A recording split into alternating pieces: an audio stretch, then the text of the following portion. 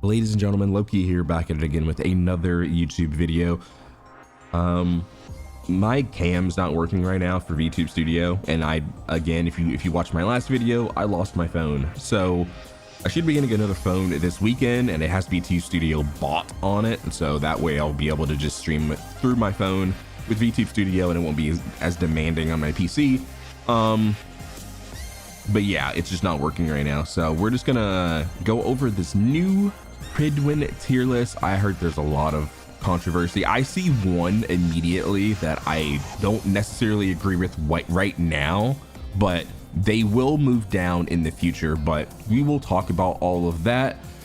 Let's get right into it. First and foremost, we have to talk about Dr. Ratio. Dr. Ratio moving down.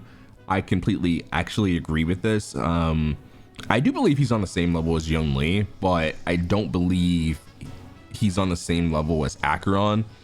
Young Lee has had a lot of formats that definitely benefit her, so it definitely warrants the 0.5 placement and why she hasn't moved down yet. 3.0 she'll probably move down. But yeah, this one I'm completely okay with. And then we do see our general has moved up 2 spots. That's 2 arrows, right? He was in T2, and then Jingliu moved down, which is a little weird. Zila moving down is a little weird because they all benefit from Sunday, right? So it's a little strange. However, we will get into that in a second when I get to Sunday.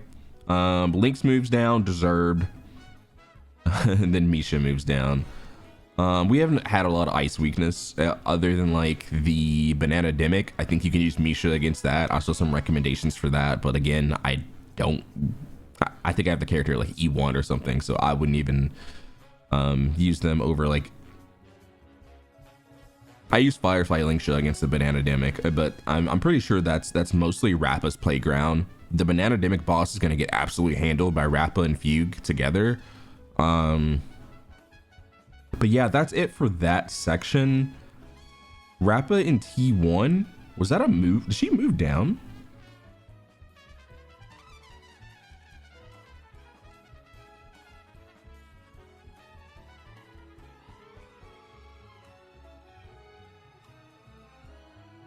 This is her MoC format, which is insane. You'd think she'd at least be 0.5. I don't necessarily agree with that. This is her MoC format. That like she's the character that's meant to decimate the banana demic boss. Again, her value will go up when Fugue comes out. Fugue being able to colorless break and being able to contribute to the break bar, that's something that's extremely helpful. And then obviously like Lingsha as your sustain in her like best team is going to elevate her performance even more.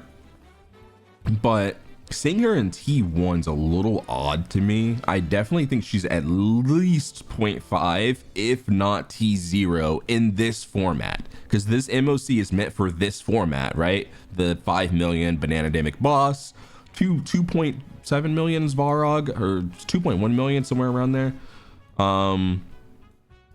Yeah, it's a little odd. But the elephant in the room is Sunday, right? They have Sunday in T0.5, and this is something I want to bring up. I just want to click back over to this. This was 5 months ago. Robin was in T0.5. 5 months ago, she was in T0.5. Ron May was the only T0 character. That was something I heavily agreed with. And then I believe in the next patch, she moved up in Memory of Chaos. A lot of people discovered a lot of like tech with her. She became the niche character, not niche, but she became the premier character that if you wanted to zero cycle something, you would run Sustainless, you would run Robin, and you would execute that zero cycle. Zero cycles are probably not going to happen anymore ever again. 3.0 moving on, they're probably never going to happen ever again unless you're just a giga whale. But yeah, I keep that in mind when we're looking at Sunday, right? Yes, people are using Sunday with Topaz. People are using Sunday with Ratio. He actually works well with Ratio because we know Ratio wants a lot of crit. And then he's giving him energy on his ult as well with the 20% energy.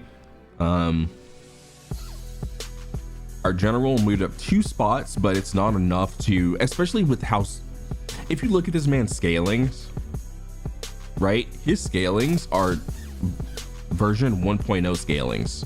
These are all like a version 1.0 scalings. Where's at the talent? This is the most important one. This is a version 1.0 scaling.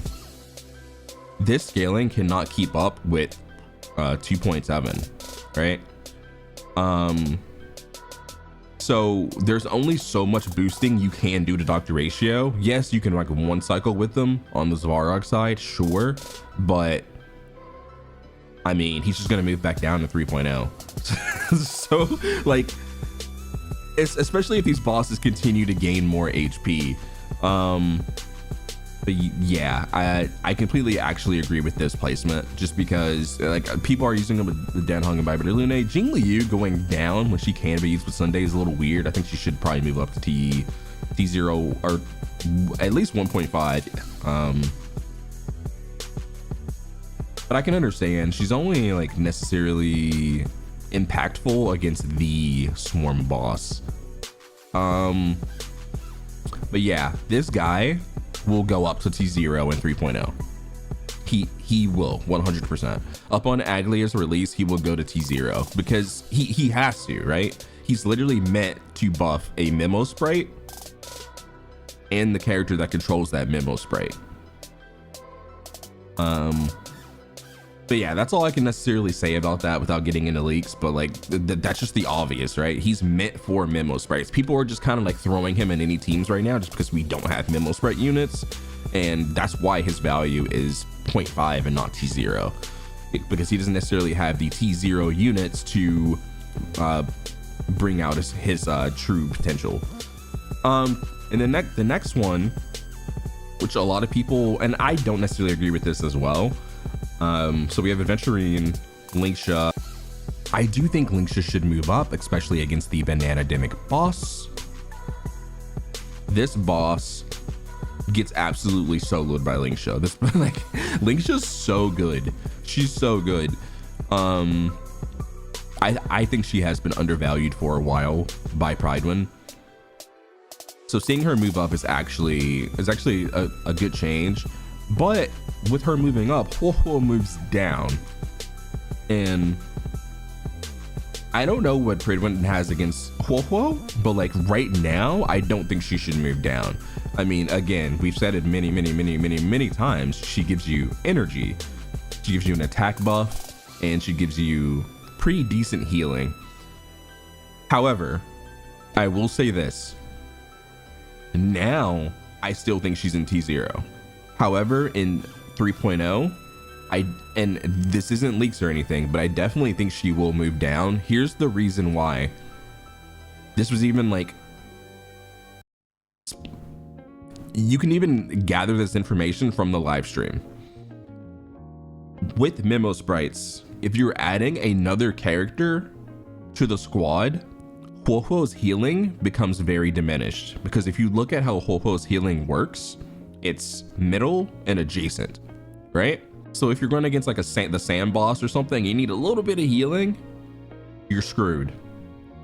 Because if you're running, we know from the live stream that Remembrance MC is going to have their summon, right? They're going to have Mim. Aglia is going to have her summon. Obviously, she's a Remembrance character. All Remembrance characters are going to have summons. That's 2 characters on the teams. So there's your 4, and then you have 6 total characters on the team now. If you need emergency healing from someone who's on the far right, let's say you have Huohuo like towards the middle so she can get hit more, so you can get more ults off. If you have characters on the far right that need healing, and then characters on the far left that need healing, you just won't be able to heal them all. So Huohuo's, even like a character like Lingsha provides more healing value for Remembrance teams than Huohuo would in those scenarios. Adventurine would be pretty decent as well, just because he is able to shield Memo Sprites. But yeah, I definitely don't think she should move down now, but in 3.0 she probably will move down. But we will just have to wait and see. I think that's all of the major changes that I wanted to talk about. Yeah, that's it. In pure fiction, we do have, so Zhao Shou and T0, I completely agree with this 1,000,000,000%. There's so many times where I have like Acheron, I'm just like, dang, if I had Zhao Shou on this side, it's an easy like 80k. Especially if you're running like an Aventurine as your sustain with Trend, you're just gonna get so many ults. It's actually disgusting. T0.5 in pure fiction is actually that's impressive. It's actually really impressive. Jin Yuan is T0 in pure fiction. I don't have Sunday yet. I lost my 50-50 to Bailu, but we will have to see. I kind of want to try this, or maybe I can hop on someone's account and try this. That's interesting. I did not expect that. Wow. Okay, he's a T0 pure fiction character. Awesome. That's a surprise to me. And then in Apocalyptic Shadow, he's actually T0.5. Yeah, so it makes sense. It makes sense that he would be higher in Apocalyptic Shadow than MoC, just because he's not dealing with 5 million HP bosses in the Memory of Chaos. The Memory of Chaos has become such an HP sponge fest. And then hopefully moving forward in 3.0, we have enemies that have mechanics to where we do more damage if we're doing those mechanics, because then the HP sponge is like justified in a way. But yeah, let me know what you guys think of this pure fiction tier list updates, and I will see you guys on the next video. Peace.